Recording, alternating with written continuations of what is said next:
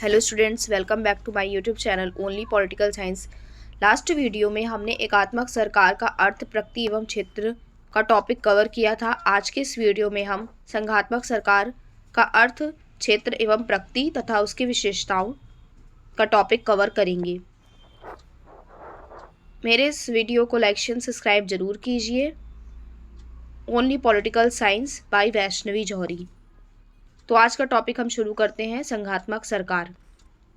संघात्मक सरकार जिसे federal government system भी कहते हैं, लोकतंत्र का एकात्मक व संघात्मक स्वरूप राज्य के संविधान द्वारा शासन की शक्तियों के केंद्रीकरण या वितरण पर निर्भर करता है।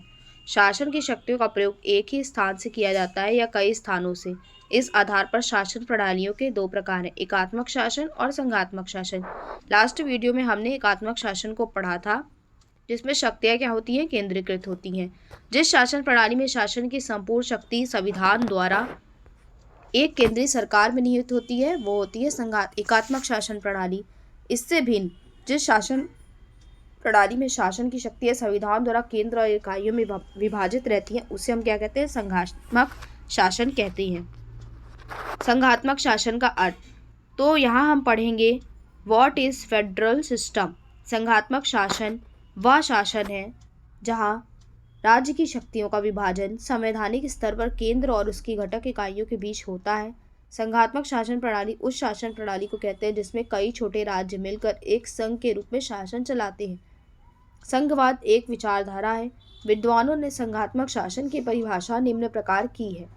डाइसी के अनुसार संघात्मक शासन वह राजनीतिक योजना है जिसका उद्देश्य राष्ट्रीय एकता तथा राज्यों के अधिकारों में सामंजस्य स्थापित करना है। तो ये डाइसी ने परिभाषा दी है कि जो संघात्मक शासन होता है वो एक राजनीतिक योजना है जिसका उद्देश्य क्या होता है, राष्ट्रीय एकता तथा राज्य के अधिकारों में क्या करना है, सामंजस्य स्थापित करना है। किसमें, राष्ट्रीय एकता और राज्य के अधिकारों में। दूसरा फ्रीमैन ने दिया है परिभाषा, संघात्मक शासन वह है जो दूसरे राष्ट्रों के साथ संबंध में एक राज्य के समान हो परंतु आंतरिक शासन की दृष्टि से अनेक राज्यों का योग हो। संघात्मक शासन वाले देश संयुक्त राज्य अमेरिका, भारत और स्विट्जरलैंड आदि हैं।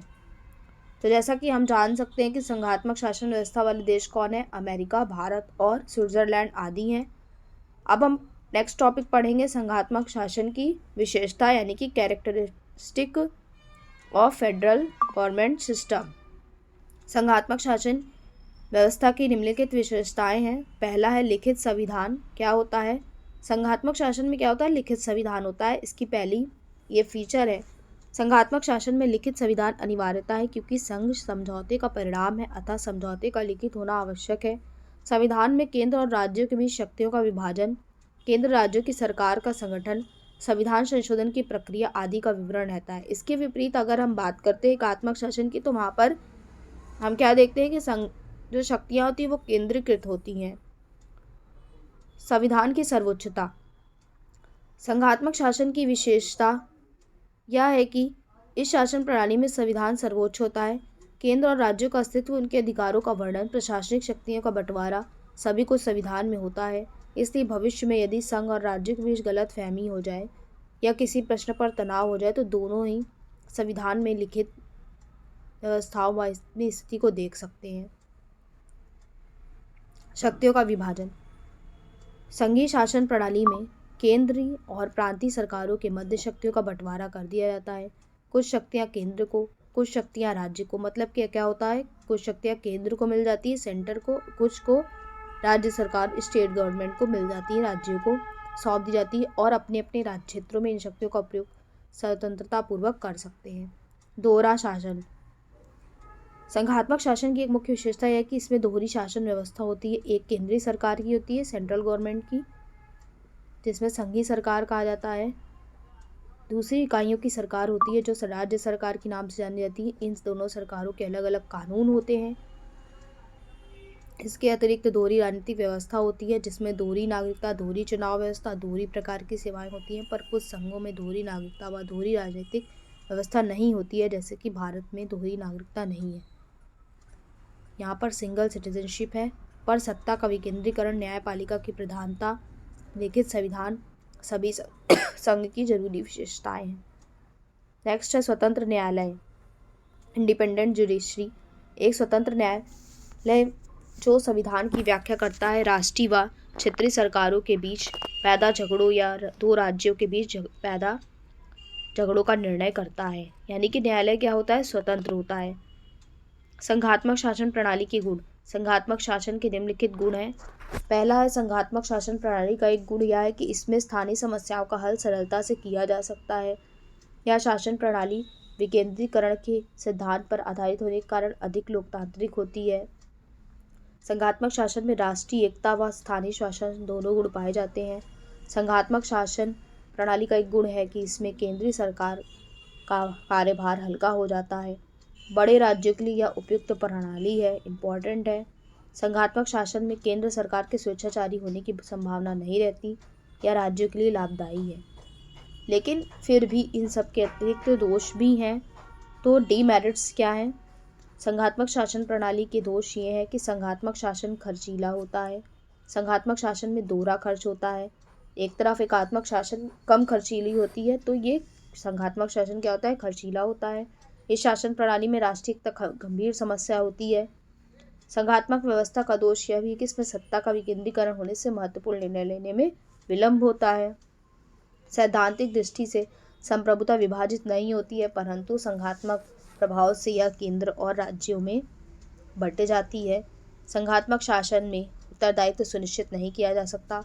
किसी नीति की विफलता का दायित्व केंद्र और राज्य सरकार एक दूसरे पर डालते हैं।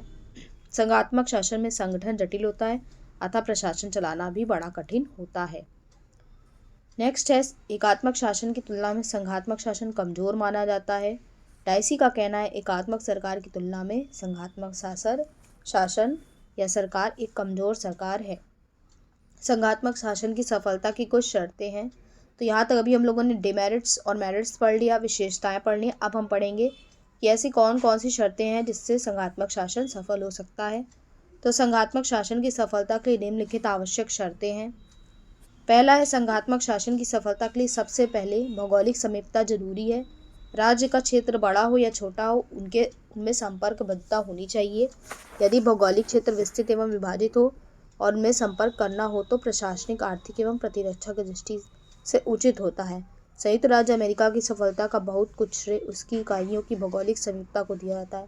भारत, कनाडा, ऑस्ट्रेलिया और स्विट्जरलैंड के संघों में भौगोलिक समीपता पाई जाती है, जबकि पाकिस्तान में पूर्वी और पश्चिमी भाग में दूरी नवीन राज्य बांग्लादेश के उदय का कारण बना।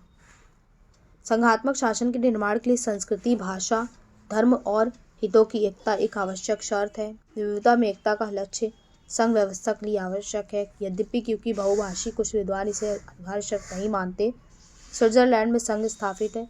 भारत में विविधता होते हुए भी सांस्कृतिक एकता के कारण संघ सफल है। मुस्लिम देशों में समान धर्म व संस्कृति है, परंतु वे संघ बनाने में सफल नहीं हो सके। अतः संघ निर्माण के लिए भाषा, संस्कृति, धर्म व हितों की एकता आवश्यक अनिवार्य नहीं है। संघात्मक शासन की सफलता के लिए इकाइयों की स्थिति में समानता होनी चाहिए। यद्यपि जनसंख्या एवं आकार में सभी इकाइयों समान नहीं हो सकती, परंतु शक्ति में सभी का समान होना अनिवार्य है। अन्यथा शक्तिशाली इकाइयां दुर्बल इकाइयों पर हावी होने का प्रयास करेंगी और दुर्बल इकाइयां शक्तिशाली इकाइयों को घृणा व शंका की दृष्टि से देखेंगी। संघ की इकाइयों में असमानता की भावना विकसित नहीं हो पाएगी। असमानता की भावना विकसित नहीं होनी चाहिए। भारत, संयुक्त राज्य अमेरिका में जनसंख्या व आकार के आधार में असमानता है, परंतु इकाइयों को द्वितीय सदन में समान प्रतिनिधित्व तथा संविधान संशोधन प्रक्रिया में सहभागिता का अधिकार इकाइयों में विद्वेष की भावना उत्पन्न नहीं होने देती। संघात्मक शासन की सफलता जनता की राजनीतिक प्रबुद्धता एवं योग्यता पर भी निर्भर करती है। संघात्मक शासन की सफलता के लिए सामाजिक आर्थिक विकास होना आवश्यक है। आप लोग इसका स्क्रीनशॉट ले सकते हो। संघात्मक शासन में राजनीतिक एवं राष्ट्रीय एकता आवश्यक है। संघात्मक शासन की सफलता का मूल मंत्र केंद्रीय इकाइयों की सरकारों के बीच समन्वय है। तो यहाँ पर ये क्या है कि ये कुछ चीज़ें हैं जो इम्पॉर्टेंट है संघात्मक सरकार के लिए। एग्ज़ाम में आपका क्वेश्चन इस तरीके से पूछेगा, संघात्मक सरकार का अर्थ बताते हुए संघात्मक सरकार के गुण एवं दोषों का वर्णन कीजिए। संघात्मक शासन प्रणाली से आप क्या समझते हैं? संघात्मक शासन प्रणाली की सफलता क्या शर्तें हैं, विवेचन कीजिए। संघात्मक शासन व्यवस्था के लक्षण बताइए। संघात्मक शासन प्रणाली की विशेषताएं बताइए। संघात्मक शासन प्रणाली के गुण एवं दोषों का वर्णन कीजिए। मेरिट्स एंड डिमेरिट्स बताइए। तो ये इंपॉर्टेंट क्वेश्चंस हैं, इसके अकॉर्डिंग आपके एग्ज़ाम में क्वेश्चन आएंगे। आप लोग इसको लिख लीजिए या फिर इसका स्क्रीनशॉट ले लीजिए। Thank you for watching my YouTube channel only political science. Do like, share and subscribe for more videos. Thank you.